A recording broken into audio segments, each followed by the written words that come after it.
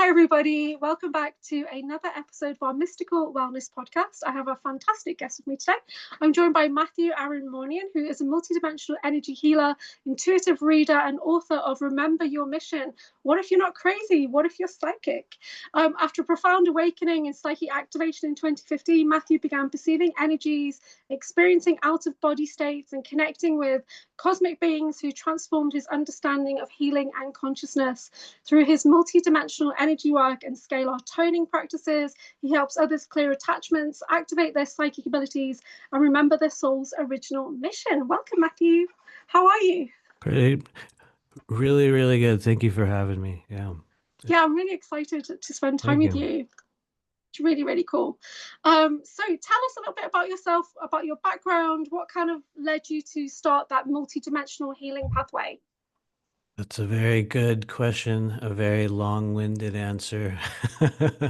I guess for me, it was honestly not a thing that I really set out to do. I can tell you that, like you mentioned in the bio, in 2015, I had what at the time I believed to be a catastrophic awakening. I didn't even call it awakening at the time. I really, really, really believed I was losing my mind for like 2 years.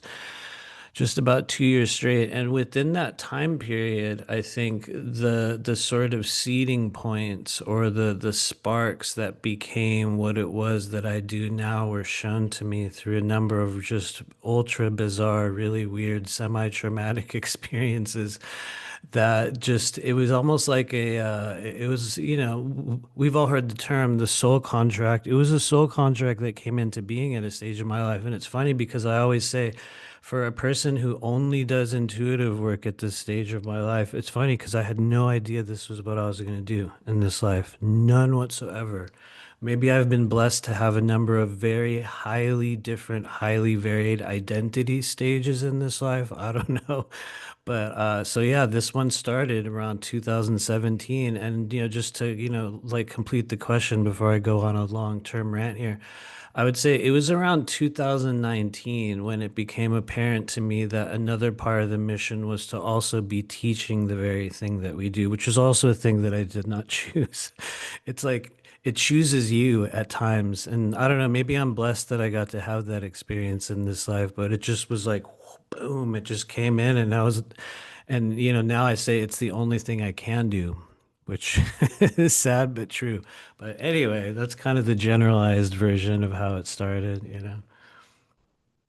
So I understand that you were an addiction counselor and mental health professional as well. So when you started to get your awakening, did it just feel like you were getting into psychosis then? Honestly, it was and it wasn't. I mean, to be more specific, I had what we call just a crazy Kundalini awakening experience, a very sudden, dramatic Kundalini awakening experience at the hands of a group of, I'd say, 60 something grandma-like women that were hanging out in a homeless outreach fair I was taking part in at the time. And she just put her hands on my head and was like, I'm going to give you a blessing, and I'm like, okay, can I have some water? Yeah. Oh, all right, then sure. Go ahead. You go ahead. Feel free. Bless Wow. me. And that opened my crown chakra. And from that point forward, it was as if every single, I mean, there could be no truer statement. It ripped open the fabric of my reality in a way that now, like 8 years later, I can be like, oh, yeah, that was awesome. At the time, though, it was absolutely horrible because I really lost touch with all reality. What was real was what wasn't real. I would see things coming out of people's bodies. I would see beings walking around. Animals would talk to me, which, through the lens of traditional Western psychiatry, that's like, oh, so you're in, Mhm. so you're having a breakdown. So, you know what I mean? That was the filter at the time. However, at the same time, having said that, I was also very aware of the supernatural. It's just that when it came into my world, it was nothing like I ever thought that it was going to be. And it really shattered my entire reality in a lot of ways. But honestly, I got to kind of audition or practice or begin to sort of use some of the early stage techniques at the very ending of my time in that sort of industry or realm. I started to really, well, I'll just be real. I broke like literally every possible rule except for a few, which were horrible. But you know what I mean? I just broke the rules in terms of treatment, was like, I'm going to do this very differently. What's funny is, and I will pause after this, as soon as I started practicing basically a fledgling form of energy clearing in the sessions I was doing at that time, people started coming in asking for it. And I didn't even know what it was, what I was doing. I didn't have any experience in energy work. I had never done a single thing like that. And suddenly people were coming in asking for me to do this thing. And it actually got me in trouble because people were like, I was wondering if I could meet with Matthew to do this. And I was like, don't say that, you know? And so, yeah, I guess that's kind of where it was born, I guess we could say. Yeah, that's incredible. Because like most of us, like I've been on this pathway for like 30 years and I still don't feel like I've had that full-blown Kundalini. I feel like it's like up to heartish level right now. It's mad. And so specializing in clearing, balancing, and releasing negative energetic manifestations. So I mentioned just before that I might have had a demonic attachment. And whenever I connect with Sean Bond, the first thing he does is a depossession. So do you do a lot of that kind of stuff? I have worked in probably countless ways with countless forms of what many of us perceive to be darker entities, archons, demons, if you will. The entire catalog of, dark beings will show themselves to you at some point when you see enough people doing this. Doesn't mean that they were all exactly as were stated. Honestly, no. One of the things that I learned very early on doing this work is that one person's demonic attachment or one person's early reptilian trauma is another person's, early childhood sexual trauma or another person's narcissistic relationship that's internalized itself within certain areas of the body. And so when we talk about depossession work, I think there has been a handful of cases in which I have worked with people who have had complete loss of autonomy to such a level that they were absolutely piloted by something else. And I can say that in one of those cases, it was highly, highly successful. But aside from that, I think one of the things I've learned over the years, and this is a thing that baffles me, honestly, about a lot of people in our community, is that it stands to reason the longer you spend doing this work, the more you begin to understand that well, I'll just put it this way, the vast majority of what we perceive as those dark entities are really just elements of our own shadow being reflected back at us in a certain way. It's just they metastasize within the body. And we're all a part of a community right now who seems to have this sort of unconscious tendency to externalize the shadow through any form. Reptilians are a big one, demons are another one. Another one, the most common ones that I see of externalizing shadow would be the way everyone's claiming people are doing black magic. It's like, oh, I got this bad feeling they're doing black magic. And it's like, well, yeah, we're sharing energy. Anyway, I took your question and ran with it in a weird direction. No, it's really good actually because recently I heard somebody talk about how they had altars, but they realized what they were experiencing around them was actually their altar was trying to come forward. So it was their Mhm. altar pinning them to the bed and stuff like that. And I thought, you know what, that's really familiar Okay.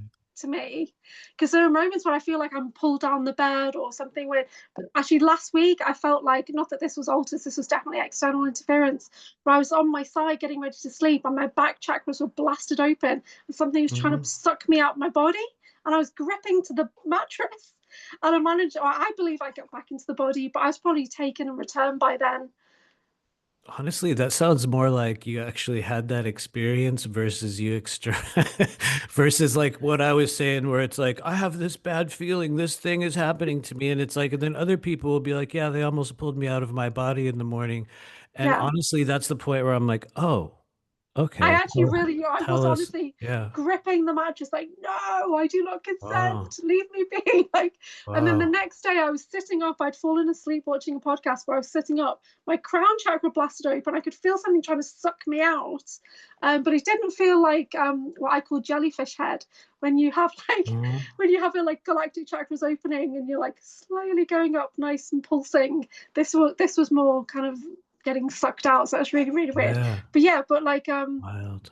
I like what you said about the shadow, because it was Olivia James talking about her altars, and that makes a lot of sense to me now because I know they're in there, but I've never thought about how they're trying to contact me before.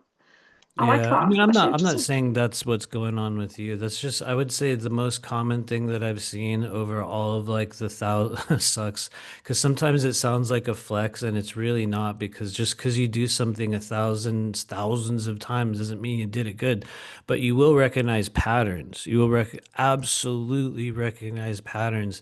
And I think in in some ways it can create a little bit of seeming cynicism or a little bit of a jaded energy around certain things, because when you view them for what they are, it really changes your idea about the nature of good and evil and right and wrong in this world. It's a very crazy thing. And yet at the same time, I also have to get this out. There are a host of many different harmful negative entities that inhabit this space with us. So it's like, I feel like it's irresponsible to then say, oh, well, it's all just, you know, your own energy. Because it's, dude, it's so not. And just like you, I've literally had beings pin me down on the bed and stick their hand inside my body, and I could feel them grabbing my organs. And you know what I mean? And it's like, oh, you're telling me that's just my shadow energy? Oh, it's just the negativity in my body that, you Yeah, know, a maybe, bit of but no, both. it does. So it clearly Yeah, happens, you that's know? really Yeah. interesting.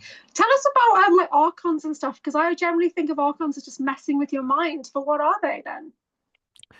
Well, I think it really depends on who you ask at this stage of the journey. And I guess with that, I will kind of I'll, I'll spin it in another direction, which may or may not be useful to anyone. At this stage of the journey, and somebody's going to cringe out there that sees this, and another person will be like, "Ah, I know." But so, you know, we'll get like both of those. I have stopped the act of striving to identify. Is it an archon? Is it a tentacle being? Is it a Goetian demon? Is it oh, it's obviously Baal, right? It's obviously Lucifer, right? You know what I mean? It's like people that run through this laundry list of negativity, and you know, not going back to the idea that it's a thought form per se, but actually remind me of the essence of your question before I go in a totally different Just direction. what are the archons and how do they Oh mess yeah, with yeah, us? the Yeah. archons. I think at this point an archon will be any form of negative interference energy, whether it's shared, whether it's cast upon you, whether it's a thing that you're creating. I think that the archon, quote unquote, is sort of a blanket term for one person or a certain soul group's, you know, idea of what these negative entities are. For other people, they'll call them demons. Other people will just call them entities. Some, you know, the most common one like 5 years ago, which is kind of tapered off now, which I think is good. In like 2000, like in the 2018 era, everything was a reptilian. Like literally everything was the Draco. And I was like, you know what I mean? Those moments where like, am I the only one I cannot be the only one that's But really I looking think, at haven't this. you experienced one? Oh yes. Oh yeah, yeah, yeah. Tell us Multiple about that, because times. the way I think you Uh, described it on Typical Skeptic, it really kind of shocked me. What was that like? yeah, I all right. So this was in 2021, and it was in the height of, you know, the viral madness, as they say. It was a really weird and peculiar time in my life. I think that on some level I attracted the energy of this being. I think on another level, I lived in an area, believe it or not, that part of its folklore is known for having vast caverns that extend deep into the earth. You guys can look it up on a map. It's called the La Brea Tar Pits in Los Angeles, California. There's, you know, so I think another part of it was a soul contract, you know, once again, like an experience that was just going to happen for me. But it's going to sound dumb, but I'll tell it. I was doing a meditation laying on my bed one evening. My wife was about, I don't know, 4 feet away from me, and I somehow left my body and I returned or appeared or woke up in the actual apartment that I lived in, which was just a one-room apartment out there. And it was as if all time stopped. It was as if the air became like liquid. It was like everything was super thick and full. And in front of me descended something that looked like a golden bronze or just some kind of a column, like a tower, kind of came down, almost like a cylinder came down in front of me. And within that cylinder appeared a massive, almost dinosaur-like looking sort of being. At that stage, to me, the best I could describe it was as some kind of an ancient dragon or an ancient dinosaur. It had a very, very reptilian face. It's how some of them, will look more humanoid and sort of thin and sort of, contoured. This was like, it was like the face of an ancient dragon. And this is where it gets weird because I wish I could say I was afraid. I wish I could say I was excited. I wish I could say this or I could say that. But the reality is that I could not feel anything. I could not think anything. It was as if it had the ability to look at you and pause every system inside your body. And as I noticed that, it was like, I can't think. I could not form a thought in my head. I looked across from me and I could see its eyes were doing this like doing in this like weird kaleidoscopic pattern, and it was like looking at me, just like peering into me. And that was when it got really weird because I started to see images of myself as a child. It's like it somehow went through my entire life period on earth and showed me all these moments, really weird vulnerable stuff, like everything. It was like it was just flipping through this file, and it kept going and going and going, and then at a certain point it was like something softened and I could take a breath, and I was like, and in my mind I was like, what are you? What is this? Is this real? And it looked at me and it wasn't a word. It didn't say it. It was like, am I real? Touch me and tell me if I'm real. And I have to be very specific. I've told this story a million times and I wrote about it in the book, but it's like I have to say this every time. I did not choose to touch it. I did not choose to reach. Okay. I watched my hand reach up and I touched it on the side of its like face. It's as soon as I made contact with this being, boom, then I saw this other scene and it was like all of these beings in this sort of circle, and it was so specific, and they had like these stones and there was this vibrational sound, and it was like these crystals would rise in this little formation and then they would look through this image. It was like literally like a TV screen. And I Yeah. could see them like flipping channels almost. It was like all these scenes were going by, just flashing. And then Yeah. boom, I saw myself laying on the bed. And from that moment forward, I also saw all this other crazy stuff. I saw their world. I saw, believe it or not, this is a race that has pets. They literally had like these iguana-like pet beings. They had these family units. They lived in these hive-like structures. This is gruesome, but you've probably heard me say this before. They took great pride in ritually killing the weakest members of their clan. It was like a thing where everyone's like, we're gonna, just Yeah. do that. It was a bizarre, bizarre world. I was also able to see that they had like these caste systems, and where what I would describe as a caste, but it looked more like a society or these sections in their world. And the section in the center was like these priest type beings. They were like popes and priests, which I think was one of the ones that contacted me because it was wearing the same type of like Mm. it just had some kind of like a garb on, but it's crazy because I can't even tell you what it looked like. But and then there was other ones that were like these warring beings, and then there was other ones that were like these sort of groveling, like ground feeding beings, which I assume was like a lower caste. But anyway, eventually I just boom, snapped out of it. And I was like, what? I told my wife, I think I met a reptilian. And this sounds it's so dumb. I'll stop after this. I literally just got up and went on with I just went on with my life. Wow. And I was like, was that even real? I That was experienced a definitely lot. real Yeah. because Go ahead. you just projected all of that into my head. Oh, good. I Good. can see how, so I Yeah. literally could see that very clearly. You're very Yeah. powerful Yeah. It psychic. was a Jesus. real thing. Yeah. Yeah. Oh, yes. Yeah, you got really powerful projection. Okay. Oh, that's really cool. But yeah, it's like that being frozen by the reptilian, being Oh, yeah. frozen. Yeah, because their energy is so dominant over us. Because we're literally like slaves or whatever, aren't we? So No, really. Honestly, this yeah. this is this is why I'm maybe if you've heard me on Rob's show, you've heard me say this. I take great skepticism to the people in our community that say, I'm defeating or I'm killing or I'm destroying Mm, reptilians. Or, there was this one person I saw on Facebook that had like literally mm. 100,000 followers. And she was like, all you have to do to stop the reptilians is tell them they're clowns. They hate being called names. And then there's this other guy that's like, well, all you have to do to stop the reptilians is pour Drano on them. And I'm like, what is this childlike bullshit? Yeah, Because that's the not real. reality is, if you ever actually stood face to face with one of those beings, you would never ever say it again. And I'm Yeah, not saying that from a place of pride. I'm not saying that from a place of like toughness. I'm saying that because I could not think a thought unless it wanted me to. yeah, Tell me, how are you going to fight that thing physically? You know, yeah. I don't That's know. Anyway, yeah, so that's amazing. That's amazing. Okay. Sorry, go off on yeah, tangents. Okay. it's all good. You're very activating as well. Wow. It's like my energy's going mad. Thanks. Tell me, how did you get into tarot? Where did that start? How did tarot find you? Oh man. Well, I guess it's kind of a cheap story. I'll start by saying this.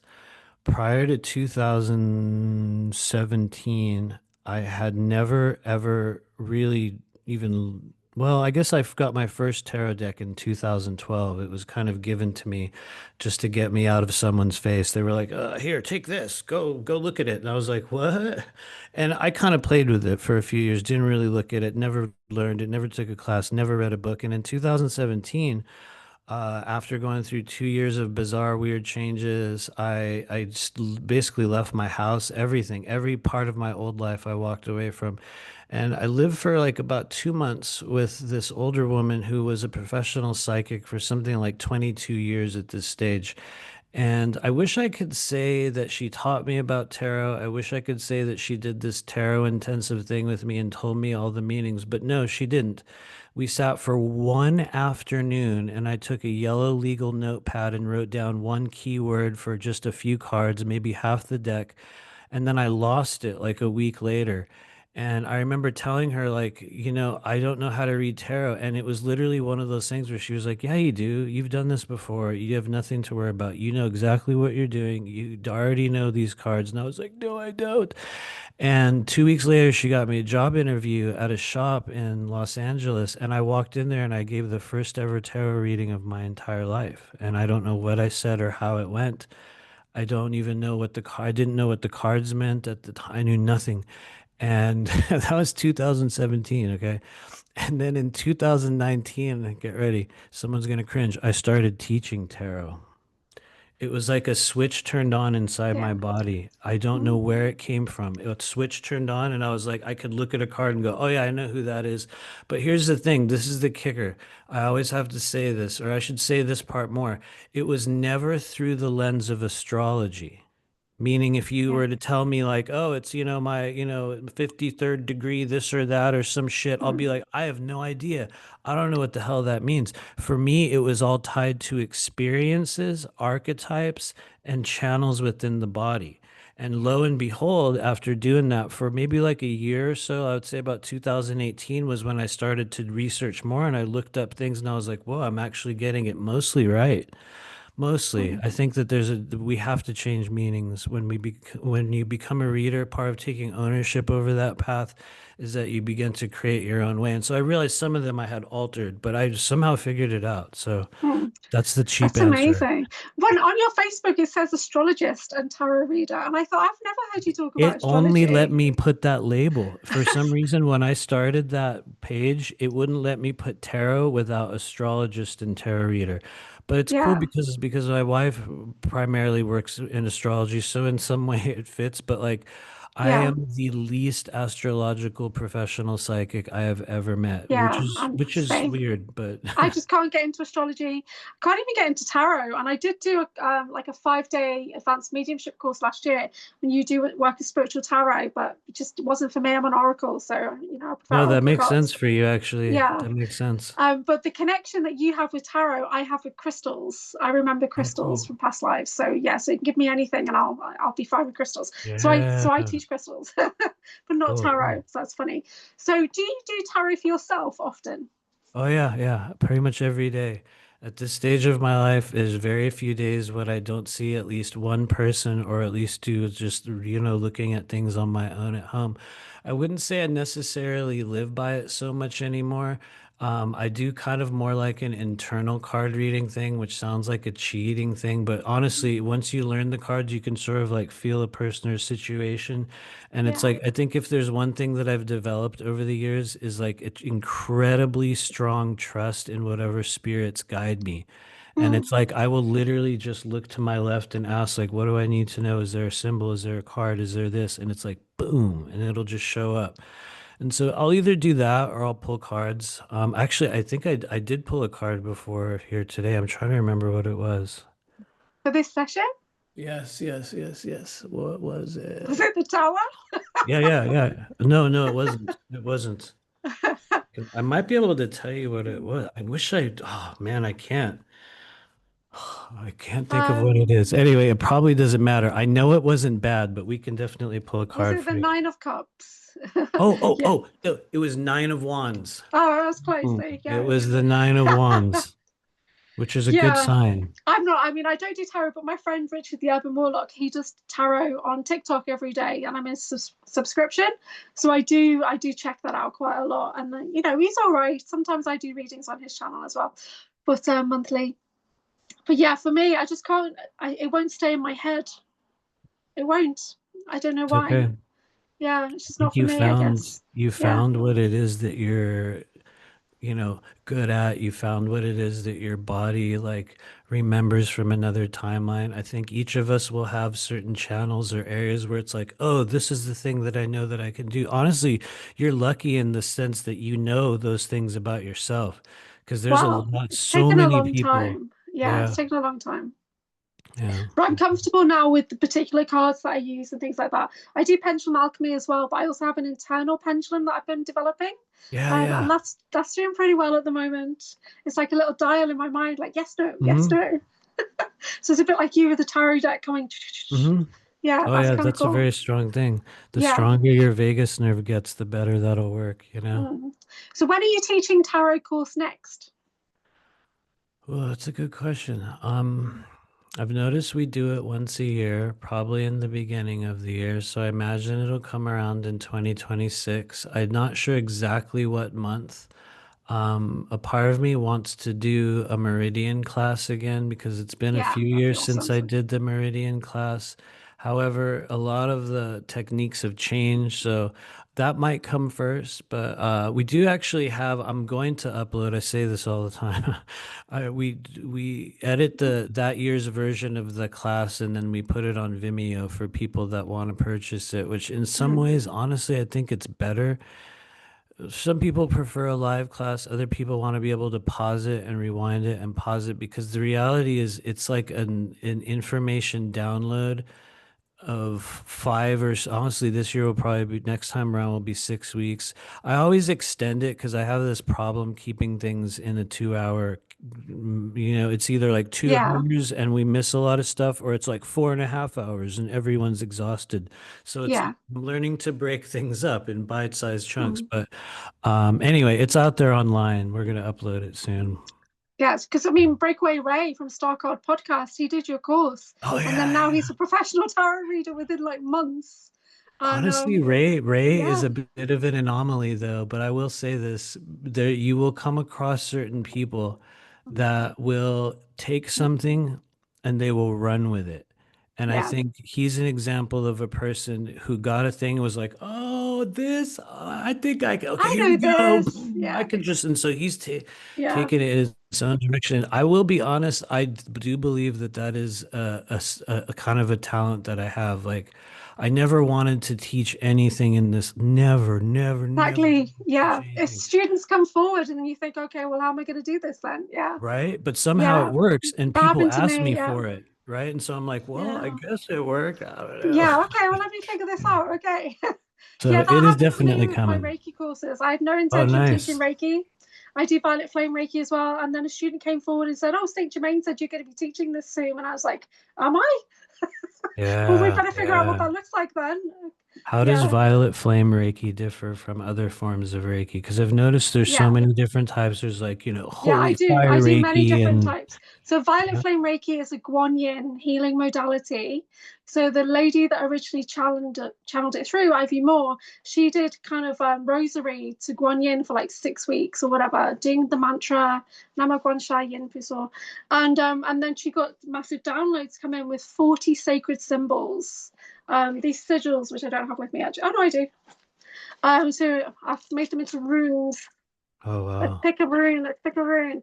So it's sigil based, which is really, really powerful. Oh, that's interesting. We've got release. I don't know if you can see that. Release to give strength. Nice. Okay. Yeah. So I'm a sigil witch anyway, so it's perfect for me. But so Nice. there's 40 sacred symbols over 4 levels. Here we go. Opening up the third eye. You see that? Oh, cool. So these are ancient keys, cosmic keys. So you're communicating with the symbol directly. And every time I teach it, every student kind of is putting their energy in, and we're unlocking more and more and more with this conscious key. So when I started to teach it, I teach it kind of very different to anybody else because I take people into a vision quest to go into a violet flame temple that I've created in another dimension. So we go Wow. in to meet Guan Yin, to meet Saint Germain, to meet guides from other, lifetimes, and that's how we do our attunements. Yeah. Wow. So it's like an Atlantean technique brought forward.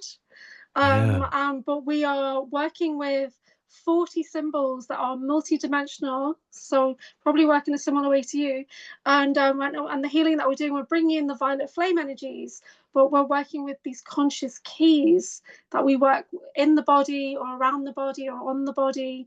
And so it's not like traditional Reiki where you've got a distant symbol. We're just working, as one in the universe. So it's Yeah. very much about the practitioner's journey to oneness. Yeah, so Wow. even though I've been doing it like 15 years or whatever, it's still growing. I'm still growing with it. It's teaching me as I go. So every time I teach it, I see something different in the symbols. It'll want to be used in a different direction or a different way. I'll look at it from a different viewpoint, and it's unlocking so much within our whole lineages. It's just insane. It's so good. It's my favorite modality of all the things I Wow. do. I do a lot of different things, but this is my main one now, Violet Flame Reiki. It's Yeah. insanely powerful that it's cold fire. That's how Yeah. powerful it is. But I have a Violet Flame Energy Center anyway, which is something separate. So when I Yeah. combine the two, it's like limitless. I have a dumb question about that. When you say cold fire, is Yeah. it something that comes across as actual coldness, as a physical sensation when it's Yeah. said? So for me, Oh, it feels ice cold. And yeah, one of the yeah. symbols we have is winter ice. But it's all Oh, about kind of nurturing and bringing in everything that you need to nurture yourself. But then you've got that fire of purification, but it's blazing so hot that everything is just kind of blue when you oh, work with it for that particular one. So, but yeah, like if I do hands on with people, it can be very, very hot, like lava hands kind of thing. yeah, So yeah, you come yeah. off the body, there's no hand positions, you can just beam in, or I can just ask Guan Yin to go and be at the feet and be an extension of me, and I'm an extension Oh, of her. So yeah, so it's compassionate healing with the violet flame, but like oh, so powerful, past life healing and everything all in one. that's Yeah. wild. So The I work knowledge in of it parallel speaks lives and with you. universes as Yeah. well. Yeah. Yeah. That's impressive. That's really cool that you've taken, honestly, not that there is, like a lot of people use this word in a very flippant way. I like never use it, but I think that we can go on a path of mastery in this life. You know what I mean? Because everyone's like, I've mastered this, or No. Yeah. and you get those other people that are like, I'll always be a student. I don't know where Yeah. we really fit into all that. But what you will know, and I'm sure you've seen this, is that people will have come to great mastery over certain processes or modalities like that, and it'll show up just like the way you're talking about it. Yeah. In this life, you'll choose to take it upon yourself, and you'll create something with it, and you'll turn it into something else. And just like you're saying, maybe you'll add a place in another dimension where, Yeah. you know what I mean? You'll continue to add upon a living, breathing body of work that you've carried for lifetime Mhm. through lifetime. And you'll see a lot of people that have that, and then you'll see a lot of people, and I say this with love and respect, people that don't understand that concept. And I think that's kind of been one of the great obstacles that I've watched a lot of people go through within the spiritual community over the past few years. Because I know you've seen this as well, maybe as a person that's been doing this work for over a decade, how, someone will just show up and it's like, now I'm a galactic shaman. And it's like, what, are you even really doing anything? And what's wild Yeah, is when you really look under the hood, and there's a lot of wildly popular people right now. We won't mention their names, don't worry, but you look under the hood and you're like, dude, there's literally nothing but air and performative energy. yeah, And it's like, and then you'll talk to someone like you that's like, well, actually, it's like this vast expanse of energy that I've been creating on and working with. And there's a very different like yeah. frequency, right? And anyway, to me, I that's a do see very it cool as thing. to be that master, that spiritual master, that's your life's work. That's how I say it. It's your life's Yeah. work. It's ongoing mastery. Yeah. So you can do, 3 or 5 days of Reiki training, wherever, but that doesn't make you the master. The master's what happens after. Yeah. Yeah, That's how I say that's it. Yeah. yeah. I definitely agree. Yeah. Anyway, Yeah. That's really cool. Do you do Reiki? that was the very first energy modality that I came across, and this was in 2012. I sort of had like a pre-awakening event in 2012 Mm. where it was like I started to have the Kundalini burst, and I actually went on psych meds. I went and got I went on meds, and it just squashed it down inside me. But during that Wow. year, I did take a lot of time to kind of experiment with things, and I did take a Reiki class in 2012. And I have to be honest, I've commented upon this elsewhere. I think I got the bad version of it because I met with a lady that like the class that honestly, here's what's wild. It was through, I don't you probably don't know this website, or maybe you have this. It's called Craig's List, which Oh was yeah, we've just got this. Oh, Craigslist. okay. You say Craigslist, right? It was, Craig. yeah, We it say was a Craig. Yeah. yeah, I always stutter like when I say certain words. I don't know why, Yeah. but I found it online and I just randomly went to this lady's house and she was like power hungry.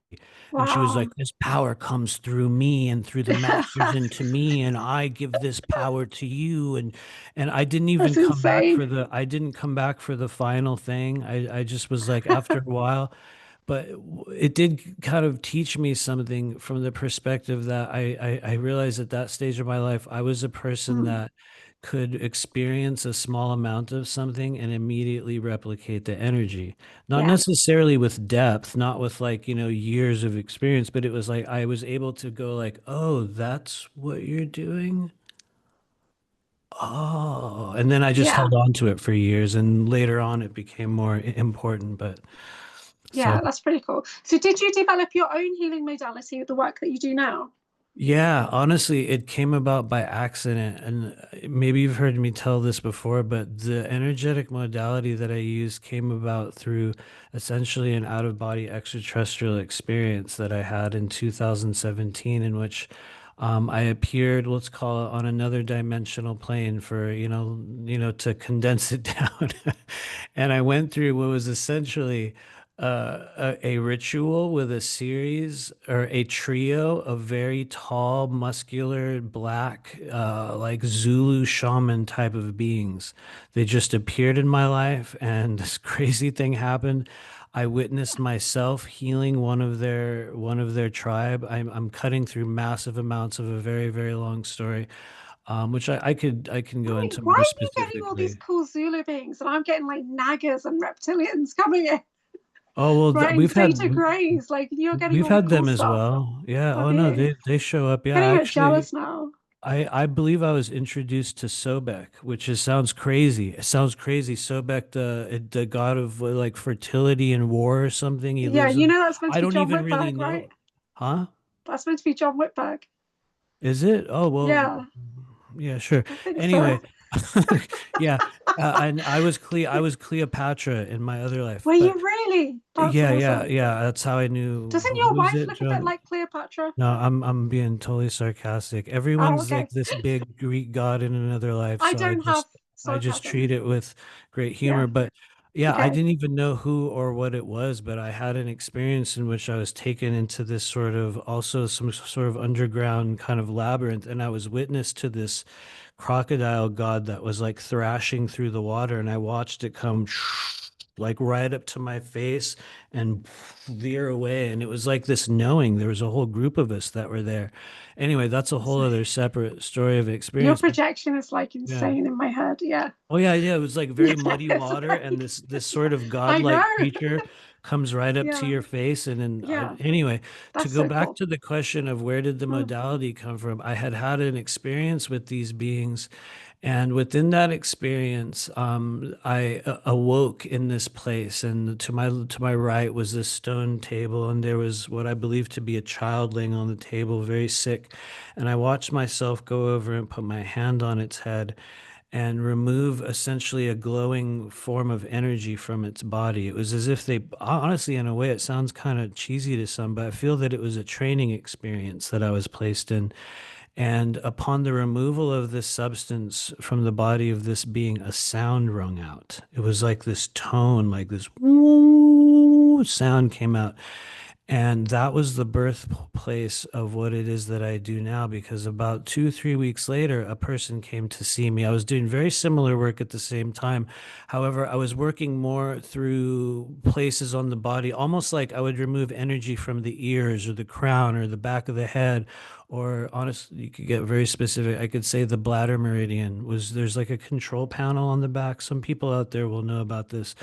The bladder meridian has like an access point to I think all of your internal organs. And if you're able to place energy in the right places, you can create this outpouring of a certain type of energy. And so I was doing a lot of very specific work in that way. But after this experience, I began to just create this sound. And I remember a day when a woman came in, and it was like she didn't even want to see me. It was like she was afraid of me in a way where I was like, what? I don't know. Like, but I started to use this sound with her, and it was like every bit of energy dumped out of her. And it was like this cathartic kind of like release. And so that was the birth point of scalar toning, which carried me through a long period of time. Eventually, it had to evolve. And around, I believe this was in 2019, I had another experience with those beings, but it was with these female kind of grandma.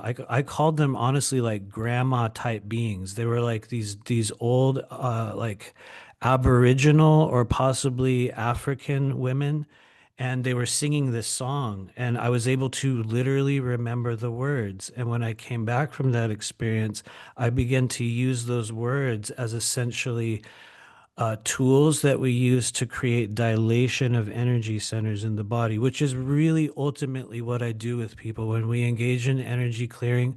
A lot of it's therapeutic, and there's a lot of, we do some reading and we talk about things, but ultimately the dynamic that takes place, which is also why you will feel a certain way, how you were saying when we came in, is there's a dilation that occurs. And it's just a thing that happens. So, like your crown will open, or your heart sometimes will open, although that takes work, or the root, or some place in your body.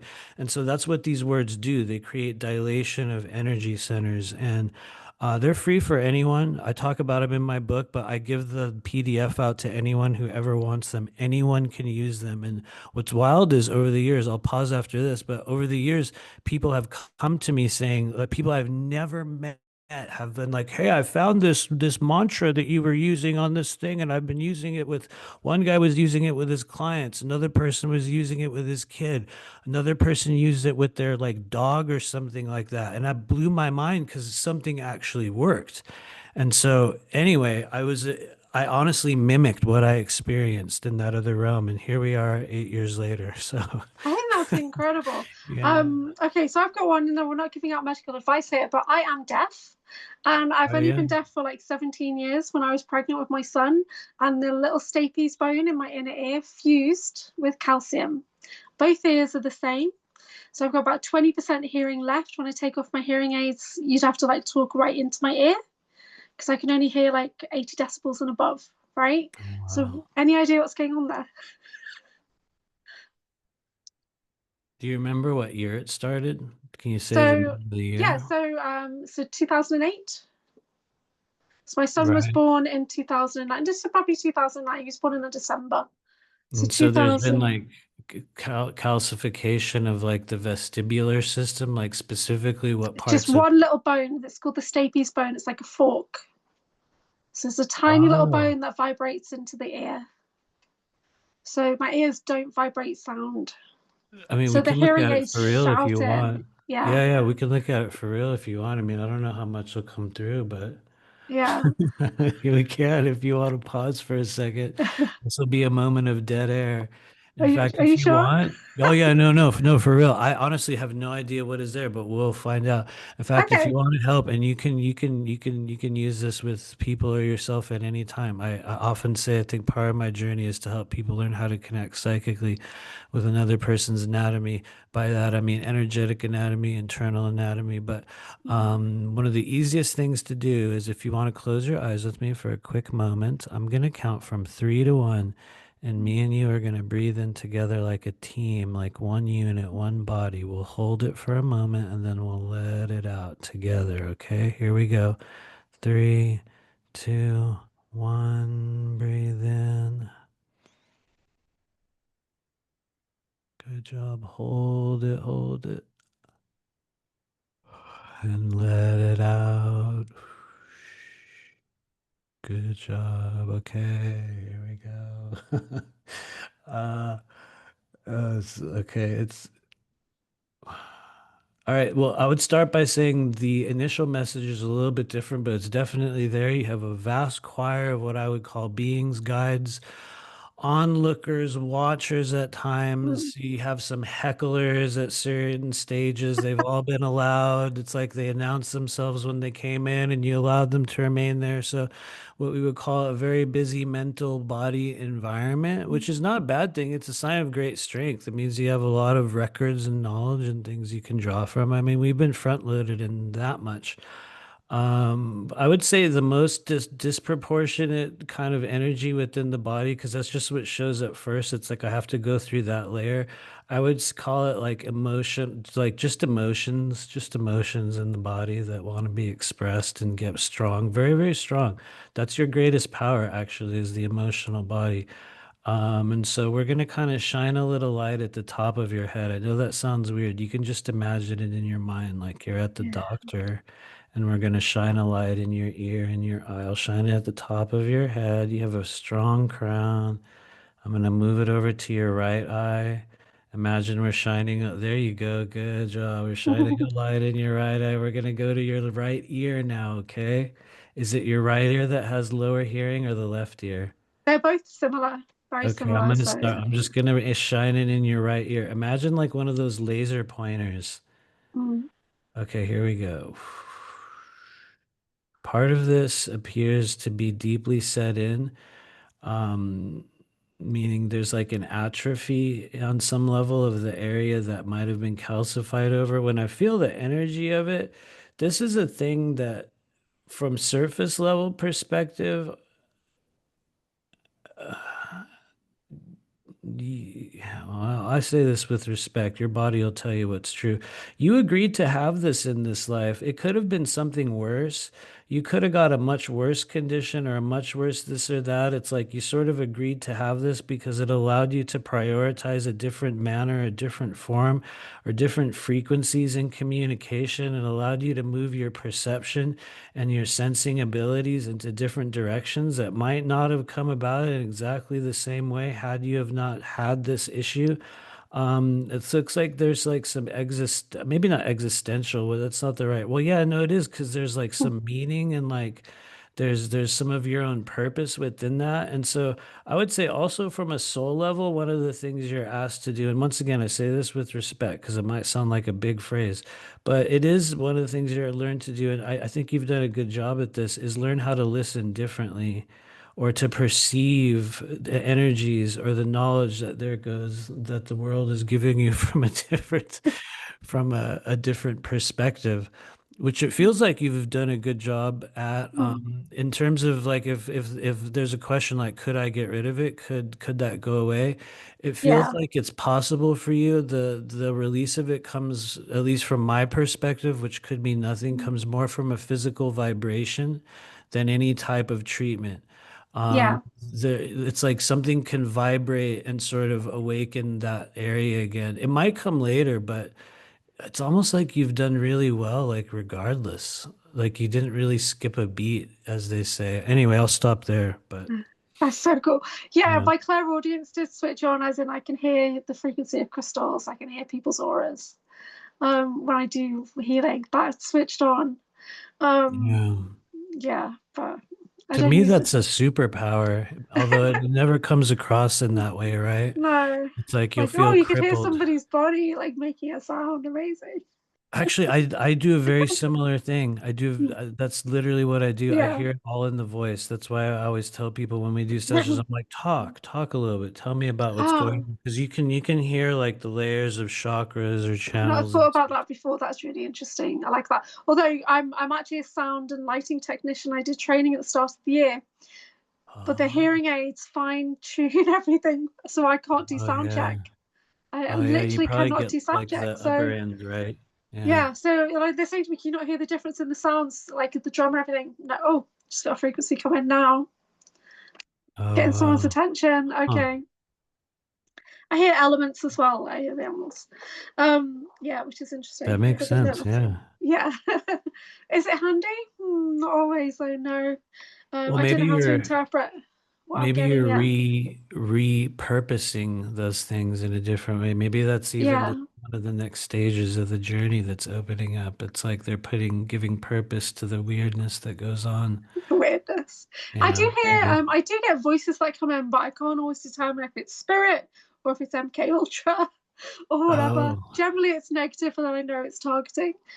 yeah, Sometimes, at the moment, I did have something come in which used my name, which made me yeah. suspicious, and things like that. So, how do you connect with spirit? Who do you work with? Who do I work with? Wow, Yeah. that's a good question. Let me think about that.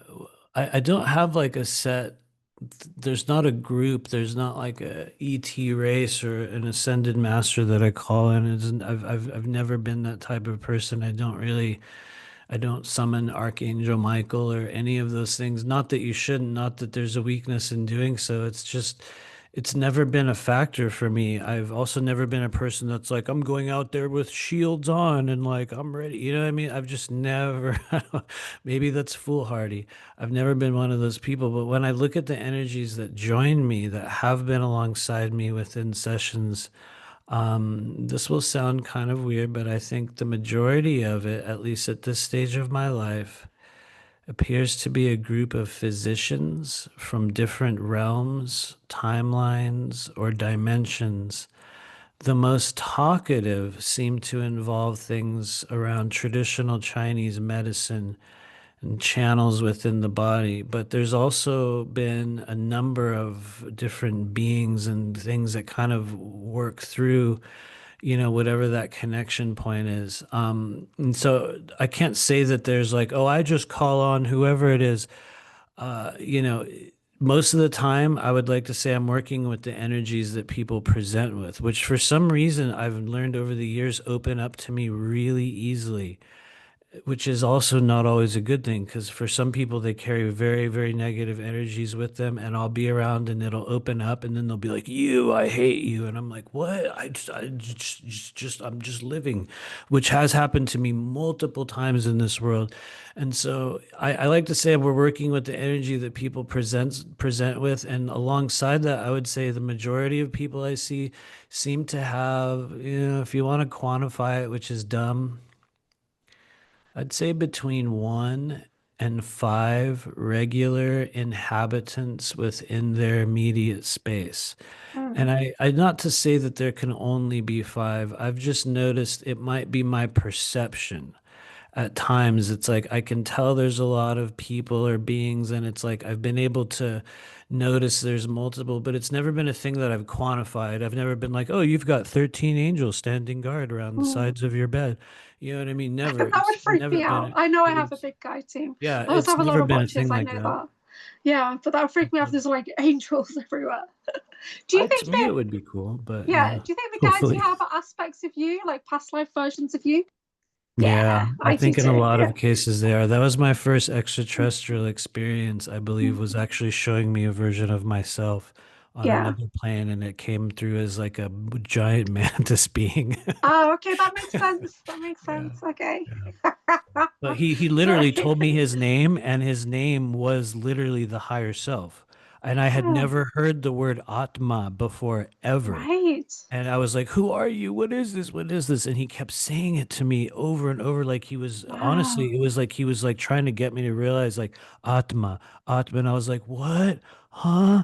Huh?" I couldn't understand it. And then I literally came out of this experience and I got on my phone and I was like, what is this Atma? And it was like literally the term for the highest Mhm. version of the self. And I was like, "Oh, Like really? Mahatma, Maybe, yeah, I guess, yeah." Mahatma Gandhi. I don't know about that, but yeah, Maha's big. Maha's big. Yeah. So yeah. I Anyway. used to live in India. Oh, I, okay, there you go. yeah, my Hindi's not very good though. It Yeah, I used to be don't know. I okay, got but some. it's not good. Yeah, I definitely can see you as like an Asian medic for sure. Really can.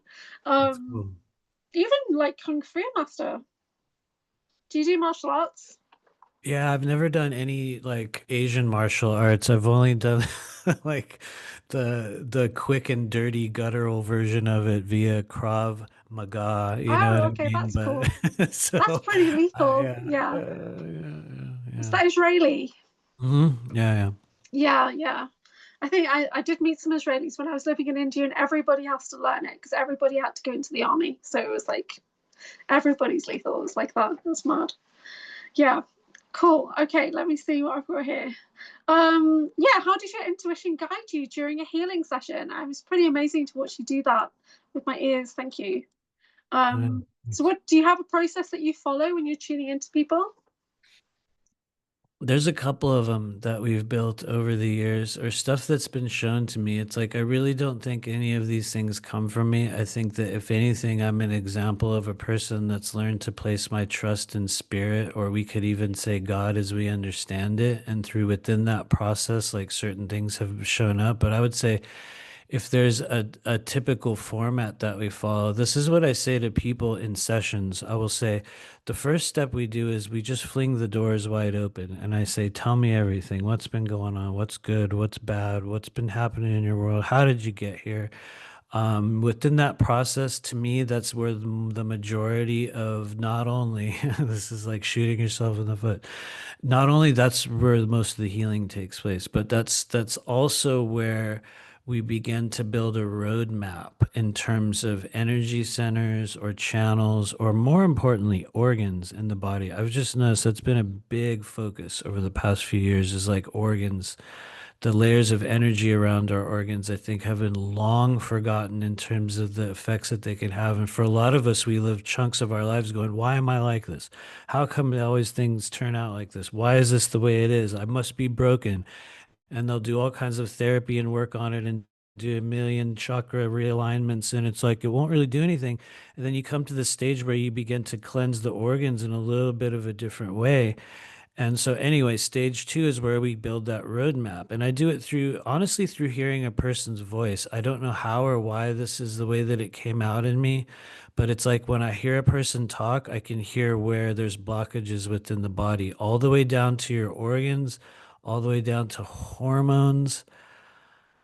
I would even say like genetic elements, like building blocks of DNA, which I really don't understand. I'm not saying that I have some like key to like explain it, but it's like it's viewable. So I'm like, oh, well, I mean, it's literally there and you can perceive it.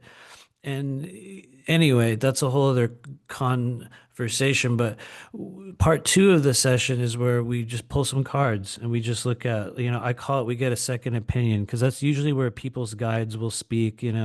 That's where things show up, like other pieces of info. So that's part two. We pull some cards, we do a reading, and then the part three is where we do essentially the energy clearing process, which is really a meditation that we do together. I'm not one of those ones that's like, okay, you're just gonna lay down and you're just gonna go through a process. It's like we do it together. It's like a ride you go on with someone. And it sounds kind of dumb, but for real, it's like you enter into an area within your body, and then you kind of like literally we go through this channel and that channel. We visit the liver and the spleen, and so we work our way all the way up to the top, and then we bring it out. And so, That sounds yeah. really cool. So when you visit the organs, do you see them as organs, or do you see them as like the chakras within the organs? What does it look like to you?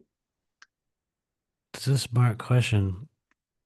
I don't know that there's really what I would call a visual element. I think that I'm like sort of like a blind man inside the body. That sounds dumb, but it's literally it's literally true.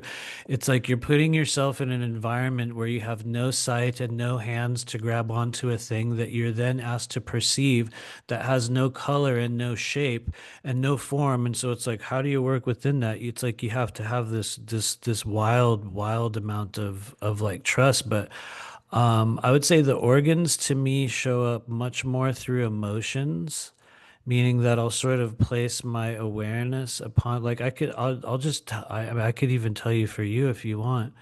Yeah, I Um, struggle with emotions, as you can probably tell. My emotions have been suppressed a lot. So it's only the last couple of years, and I've spent a ton of money to figure out what these emotions are. So for okay. like the first, I'm 50 soon, next month. For the first 30 years, I just had rage. Oh, And then okay. now I've moved into a bit more of compassion and things like that. But I still have no idea what I'm feeling from one moment to the next. Like I need someone to tell Um, me. That's what I'm like. So I have learned yeah. responses with things in conversations. I'll have a learned response. So yeah, if I did have full access to my emotions, I understand I'd actually be quite dangerous with some of my abilities. That's where I'm at with the Isn't that SSP how it is stuff. for a lot of us, Yeah. right? So, I feel so you. it's It's probably all good right. that I'm suppressed. So yeah, so what are you getting? Well, if there were a channel of suppression that I would say if you wanted to focus upon or open it up or just place awareness upon it, and it might have more of an effect than other areas. I would go with two places within the body just because I can kind of hear them. One would be your pericardium, which is the layer that surrounds the heart. It's the thing that actually beats. You know what I mean? When the heart beats, it's the yeah, yeah, yeah. There you go. It's your middle finger. Exactly. I would go with the pericardium just because there's a lot of energy there. And you kind of describe a little bit of the function of it in terms of when the pericardium becomes overly strong or just guarded, we can lose touch with emotional sensibility within ourselves and others. We find Okay. people asking ourselves, how do I really feel? I don't know.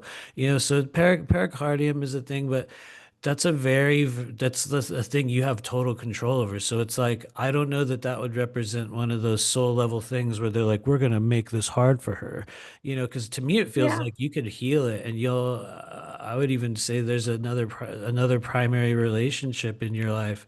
If you chose to go that route, that'll even open up to you. So I would say A primary pericardium. relationship, Oh yeah, as yeah, in yeah. a love relationship. Yeah, yeah. Unless you don't want What? it. I mean, you don't, it's really up to you whether you want to experience it or not. Last year, loads of psychics said to me, "Your prince has come. He's spiritual. You're going to work together." And he just led me down pathways which are not good. And I Oh, hyperfixate, it's okay. Yeah, not yeah. good. So, no, I'm not I open think to anything they're right I, now. I think they're looking at something a little bit farther out than, you know what I mean? A lot of people Yeah. will do that. They'll see it and they'll be like, "Oh, I see it. It's like 20 miles up the road. Oh, it's here." And you're like, "What?" Well, if there's And somebody out there, they're really going to have to work for it. That's all I'm saying, because I'm like not interested now. okay, So, that's good. yeah. Okay, so that right there is the example of the strengthened pericardium channel. Right. Okay. That's it. That is literally it. Yes. Sorry. Because no, no, it's totally cool because Yeah. your door will either open or it will close. And when the pericardium's closed, you'll be like, "Nope, sorry, not gonna happen." And it's like, "What?" And Yeah. what's wild is there could even be people standing outside the door at a certain point.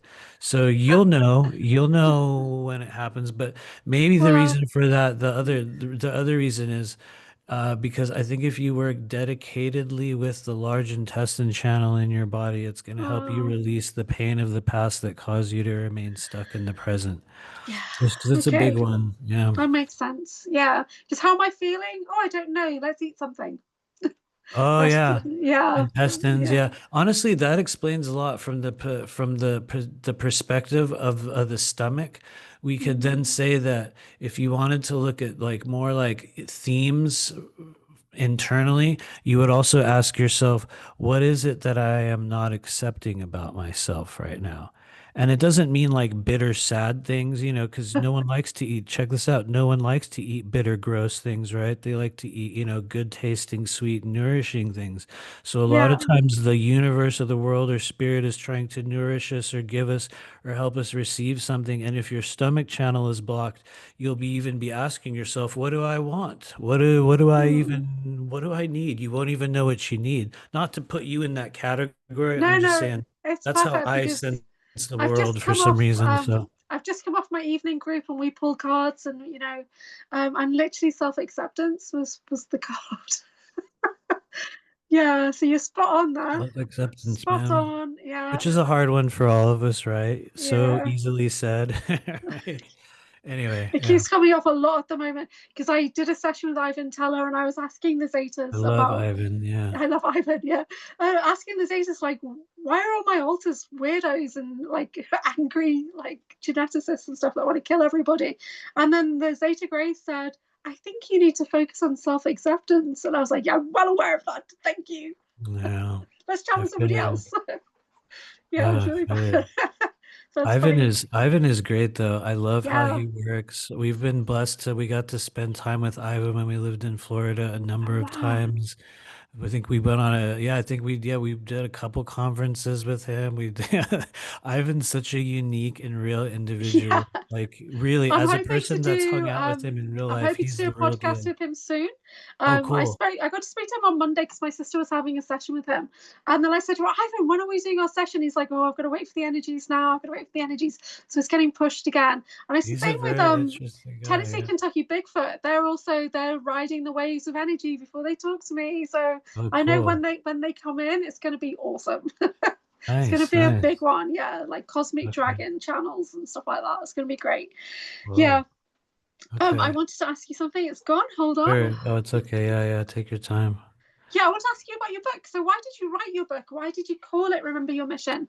Tell us how you got started on your author journey. I will tell you why, specifically why I called it that. And it's a cheesy story. And interrupt me if it goes too far or too long. Please interrupt me. So in summer of 2017, I was going through so much energetically. It was truly a stage of my life where I was falling out of my physical body. It's like something had ripped me open to such a level, and I've told this story a few times, so it's kind of cringe now, but I would literally go to work and I would be so torn up from all these people's energy. I would come home and the only thing I could do is stand in my backyard and do qigong in this one little corner, this teeny tiny little corner of my backyard where sunlight would come through the trees. I would just sit there, and it sounds embarrassing, but I swear to you, I would sit there and cry and I would do qigong and I would just be like, and I would just cry and cry, and I couldn't tell you why. I just kept crying. And there was this day when it was almost like that stopped. It was like suddenly it stopped, and the rain, the rain dried up, type of a silly thing. And I started to hear all these voices and all this stuff. And it was like this door opened in my head, and all these voices and scenes just exploded. And it was so overwhelming to me. It sounds, I'm still embarrassed by this, but it was like I was so overwhelmed by it. I started running through my backyard. I don't know where I was running to. I just ran and I tripped over a big pile of dried grass and I fell in this dried grass and I sat there on my hands and knees crying. And I watched all these scenes play in my head. It was like a forced hallucination or some kind of scene that was like just injected into my head. And it was like I watched this like these scenes go by, and it was me as an old man, and then it was like me on what looked like a spaceship, and then it was me inside a hospital, and then it was a version of me where I had all these tubes coming out of my body, and it was like I was seeing all these versions of myself. And at that moment I felt someone come up right in front of me. I felt someone come to the right of me, someone come to the left of me, and someone come behind me. And it was like I couldn't see them, but I could feel them walk up. And it was like this mantis being. There was like this sort of feline Lyrian being. There was like a doorway in front of me, or this massive light being behind me was sort of like a shape of a body, which I thought was me, like a cutout. You know how you'll draw like a cutout of a body? It was so bizarre. And I was just watching this crazy scene erupting in my head, crying, like literally just weeping in my backyard. And I heard this voice in my head, and it was like, Matthew, you have a mission. It's time to remember. And I was like, remember what? You know what I mean? That moment where I don't know what, I was just crying, right? And I was like, okay, I'll do it. I don't even know. I mean, literally saying that, I don't even know what it was. And I just sat there, doing that whole little act on my hands and knees. And about like, I don't know, 30 seconds later, my ex-wife at the time just came out of the house and was like, what do you want for dinner? And snap, everything went normal. It was like right at that moment, I was like, Wow. "Phew, what? And so that honestly was like a turning point. Not that I knew what the turning point was, but it was like from that day forward, honestly, in that exact second, when I saw her face, I knew in my heart and my mind, I'm going to leave everything, every single thing here. I'm going to leave it. And about 2 months after that, I literally drove away from my house. I left my job. I left the house I owned. I left all my belongings. I left everything that I had in this world. And I was like, I'm going to go do it. Sounds so cheesy and Hollywood and dumb. I was like, I'm going to go do a new life. It sounds so dumb, right? But that's literally what I did. So that was how it started. And that was the reason why I titled the book that, because first I thought I was going crazy. And then one day some, spirit in my head said that. And this is the last thing I'll say, and then I'll pause on this. But it was like, I always say, even if that was a elaborate hallucination that Matthew's higher self manufactured for the purpose of creating a path of liberation in this life, even if it wasn't a bunch of multidimensional beings, even if it was just me as a fractured 30 something man, who was crying broken in his backyard, even if it was fake, it was like the decisions that I made afterward changed my entire life. So I'm like, whether it was real or not, thanks, whoever you were. You know what I mean? And anyway, So I've not had the opportunity to buy your book or read your book yet. I'll send Can you it to kind of, you. Don't worry. thank you. Don't worry. Can you summarize what's in your book? Actually, hold on before you do that. Yeah, So no worries. Take your time. your book apparently is amazing. It has so much information that I took my time and savored each section. I will continue to use this as a resource, says the reader. Oh, Matthew is authentic, honest, and shares so much information to help anyone that is ready and willing to help themselves. Thank you, Matthew. True, oh. I truly appreciate you, it says there. And then this one says, I love this book. It was so fun. If you're someone who's recently gone through or are currently going through some sort of awakening or activation, you'll love it, because although everyone's journey is so uniquely theirs, this book is very relatable somehow and makes you feel at ease with anything strange happening in your own life. And there's so much more. You got great reviews on Amazon. Did you know that? Honestly, I'd never look at it. You I rarely, I did when it first came out, and then I was like, I'm not gonna look at it more. But no, I will certainly send it to you. But basically, what it is, I know this is gonna sound dumb because this is also my YouTube channel. It's really just a big self-therapy project. Like when I really look at the essence of it, it was like a soul contract or something that I needed to get out. It was like, this is how I became the version of myself that I am to this day. It's not the all the story. It's just, this is the story of how we got to where we are. And I think more so within that is that it's not that I'm like an anomaly in any way. I think that, like I said, I didn't know this was going to happen in my life. And I think that if anything, I would stand as an example to people that says you can, that each and every one of us has an ability, that there is no infrastructure in our world to identify or help you grow that. And I think that's where people like me and probably you and a lot of other people come in, is that we're meant to be showing people those things.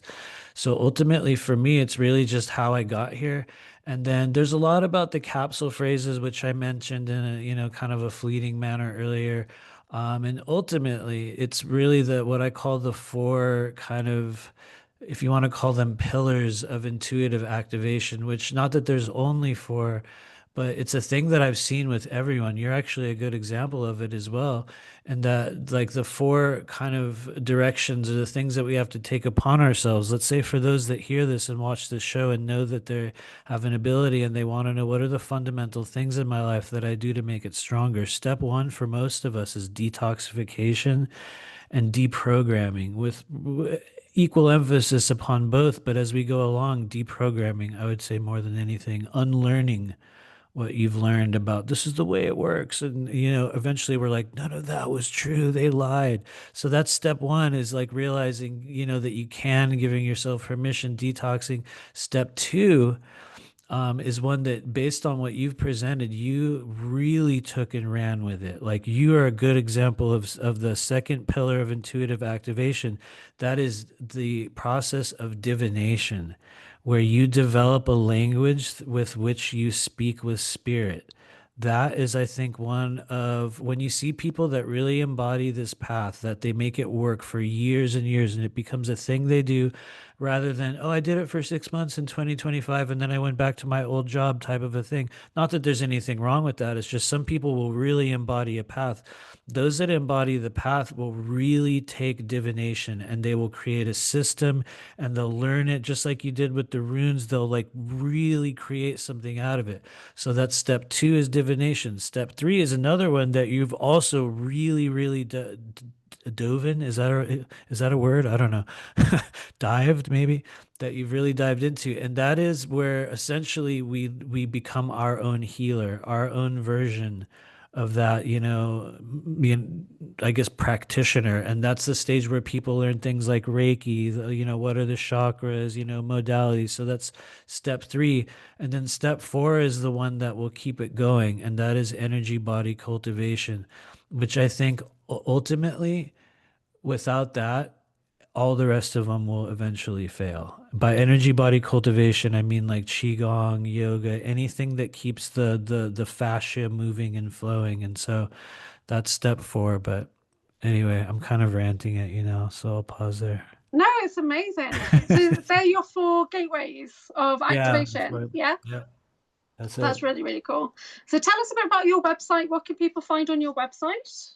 Oh yeah, Oh, we are here. Go ahead. no, no, what services can they book in? Yeah, that kind of thing. Yeah, I am at rememberyourmission.com, which is also the same on YouTube. You can go to YouTube/ at Remember Your Mission, which, we're doing some things there every now and then, semi-regularly. And then also we have a Patreon group, which I should probably advertise or rep more. I don't know why I don't, because it's been the most regular thing I've ever done in my life. That's been 5 years in the making. We're still going, but that's the Blue Flame Collective over at Patreon, which coincidentally is also Remember Your Mission on Patreon. So, but yeah, that's it. Those are our three access points, and So why the blue flame? oh, because I had an experience in 2019 where it was given to me. It was a frequency of energy that was placed in my body. And to be even more weird and specific, it showed itself in 2017 in a moment in which a literal wisp of blue flame came out of my hand. Like a real actual Yeah, flame. Yeah. yeah, I can relate because I embody the Oh, violet okay. flame. Boom. So, There you and then go. everyone says, "What the most?" Yeah, I actually do anchor the violet flame onto the planet. But recently, the Arcturians came in and brought in blue ray into my violet flame. Yeah. Because I have a violet flame energy center, which opens up into violet flame rescue flames. It inside the violet flame, most people don't realize is all these other rays. So Wow. yeah, it's all these other flames. So yeah, I totally relate. Yeah, I can embody blue Oh. flame, but I Yeah, do it maybe within. maybe we're So in there too. That's yeah, cool. yeah. And I know a lot of people think, oh, flame people, whatever, but no, yeah, we really have an important role. Blue Oh no, flame is a to lot me of it's truth, and you really do embody yeah. truth. Yeah, Oh, really? So is that what the yeah, blue flame's about to you? Because I know yeah, very little about them. I only know because it was an experience in which it was given to me. It was like literally some force came through and was like, "You have been granted the blue flame," and I was like, "What yeah. do you So even for me, know?" it's like truth and justice is the blue flame energy. Okay. Okay. Yeah, That makes sense. I can tell you yeah, one thing that came through is they said the blue flame lies at the base of the pyramid. The blue flame is the source of flame that lights all others. Those were some of the Mm. phrases that they had given to me. And it was weird because then I looked at a candle and I was like, oh, yeah, I guess the blue is at the Oh, that's bottom. interesting. There's an artifact, I It think. Did is. you look into that more? No, Um, no. okay. I wish I could say that I did. It's like, which is maybe that's a shortcoming. It's like certain things I'll Yeah. be like, yeah, and then other ones I'll No, be I like, think I'm it's gonna something hyper that you're going focus to on discover this. as you go on. You're going to Yeah, discover what's under the pyramids there. It's an yeah. artifact that ignites the blue flame, which is really cool. And it sends a massive shoot like all the way up into the cosmos. That makes sense. Yeah. Yeah, that's really cool. I've been reading John Whitberg's books, The Man with the Periwinkle Eyes, and on book two, they talk about a specific artifact retrieval, and I was able to connect in energetically to the artifact, which is now within me. It's a metal pyramid that has a crystal sphere inside. So, and Sean Bond's confirmed he knows of the same artifact. Yeah, so he's also had the same connection. And there's a lot of them on the planet, which I can't really mention because I don't want people to have them. But yeah, but we can energetically connect in. So that was cool. So I got an activation from the book that allowed me to remember Wow. and tune into the signature of the artifact on the planet. So That's that was wild. a big one for me recently. That's really cool. This has been That's so really cool. good. Thank you so much. Yeah. I know I was Thank a you bit for worried about inviting talking me. to you because you're just Oh very, yeah. very powerful and intense, and I could Thank anticipate it. But it's been No, great. thank you. Thank you. It's an honor. I appreciate it. So yeah, please come back Oh, on my certainly. Yeah. channel. Yeah. And everyone Anytime. go to rememberyourmission.com to book in for private sessions. Can you tell us a bit about Nora? What does she do actually? Because she didn't Oh, join us, but Honora, mm, honestly, I'm trying to get her to do more stuff on YouTube. She's done like, she shows up in Patreon with us every month. She has like her own unique client base. Like she's been doing mm, psychic work, honestly, since she was a little kid. Believe it or not, I think she was like reading people's palms and like literally before the age of 10 or something. So she had a different path. She was kind of born into it. Her primary occupation is as a child therapist. So she uses a lot more of this through like the channels of traditional therapy, and then she does, the yeah, Patreon and stuff with me. And then people can also book with her, and I've just noticed she has her own kind of specialized channel that she operates within, and but yeah, she's definitely she's probably a bigger part of like what I do than what I do because I don't I would probably fall apart without her. So yeah. anyway, Oh, that's really special. That's amazing. It's been so good. Thank you so much for joining me. you as well. And I'd Yeah. love to have you back on another time. And I'm going to try and upload this right now as well. Oh, cool. Yeah, thank you. It's been an honor.